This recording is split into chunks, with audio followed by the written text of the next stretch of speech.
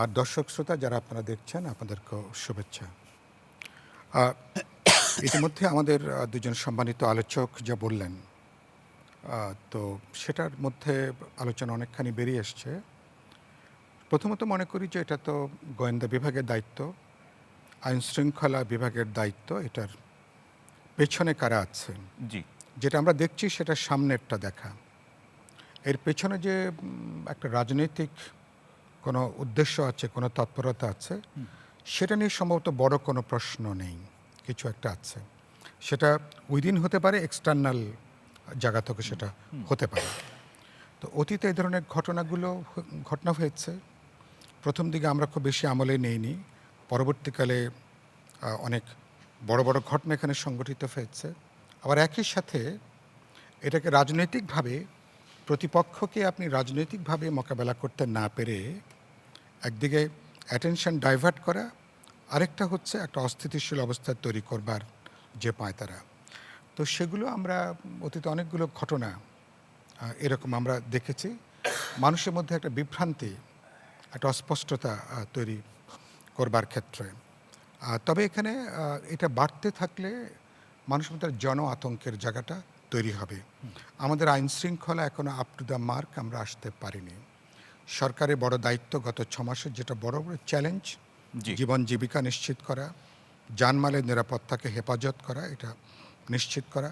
সেখানে যদি এরকম বোমার একটা আতঙ্ক যদি তৈরি হয়ে থাকে, তাহলে কি তার মানে হলো সরকারকে কোনো না কোনোভাবে অস্থিতিশীল করবার জন্যে, যেটা বললাম ভেতর থেকে বা বাইরে থেকে এ ধরনের কারা আছেন, এটা মনে করি এটা স্কোয়াডলি ব্যাপারটাকে এটাকে দেখা দরকার। কিন্তু আইনশৃঙ্খলা পরিস্থিতির ক্ষেত্রে তো আইনশৃঙ্খলা বাহিনী বলছে যে তারা আগের থেকে ভালো আছে, পরিস্থিতি আগের থেকে অনেক ভালো, ইত্যাদি ইত্যাদি কথাগুলো তারা বলেন।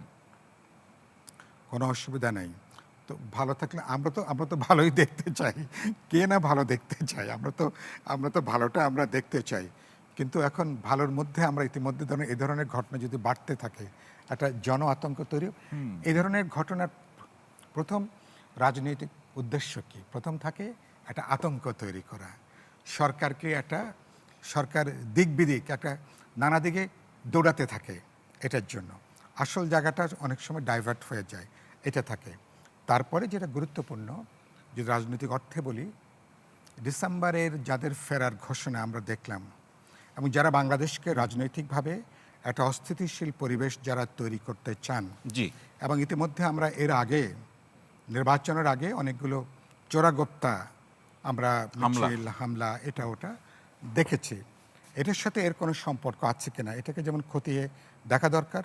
আমাদের ভেতরেও 24-এর গণজাগরণ গণঅভ্যুত্থানের পরে আমরা এরকম বেশ কিছু কিছু উগ্রবাদী তৎপরতাও কিন্তু আমরা বিভিন্ন গণমাধ্যমের ভেতরে, এই শব্দটাও গণমাধ্যমেরই দেওয়া, যে শব্দগুলো আমরা দেখছি, তো তাদেরও কোনো তৎপরতা জায়গাটা আছে কিনা এগুলোকে বিবেচনার মধ্যে এগুলোকে নেওয়া, কোনো সম্ভাবনাকেই কোনো আশঙ্কাকেই বাদ দিয়ে বিবেচনা করা উচিত হবে না। পুরো ব্যাপারটা স্কোয়ারলি দেখেন, এবং এর দ্বারা রাজনৈতিক জায়গাটা কী, এর আশু কী, মধ্যমেয়াদী কী, দীর্ঘমেয়াদী লক্ষ্যটা কি হতে পারে, এগুলোকে সামগ্রিকভাবে বিবেচনা করে সরকারকে পেশাদারি দক্ষতা নিয়ে বাহিনীগুলোকে এখন থেকেই সর্বোচ্চ উদ্যোগটা নেওয়া দরকার। জি, সাইফুল হক, আপনাকে অসংখ্য ধন্যবাদ।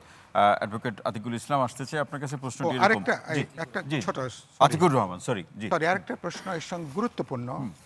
যে মুহূর্তে ধরেন একটা নির্বাচিত সরকার 6 মাস এসছেন, এই 16 তারিখে 6 মাস হবে, যেখানে সরকারকে মানুষের মধ্যে আস্থাটা ফিরিয়ে আনাটা সরকারের জন্য বড় ধরনের একটা রাজনৈতিক চ্যালেঞ্জ, এবং যেখানে সরকার externally FDI, foreign direct investment আনবার জন্য বহুমাত্রিক তৎপরতা চলছে, লোকাল আমাদের যারা এন্টারপ্রেনার তাদেরকে যেখানে উৎসাহিত দেওয়ার একটা তৎপরতা চলছে, সেখানে যদি এরকম একটা উদ্বেগের জায়গা তৈরি হতে থাকে, তাহলে সামগ্রিকভাবে আমাদের অর্থনীতিও কিন্তু অনেক বড় চ্যালেঞ্জের মধ্যে, যেটা প্রত্যাশা করছি সেটা কিন্তু থমকে যাওয়ার আশঙ্কাটা বাড়বে।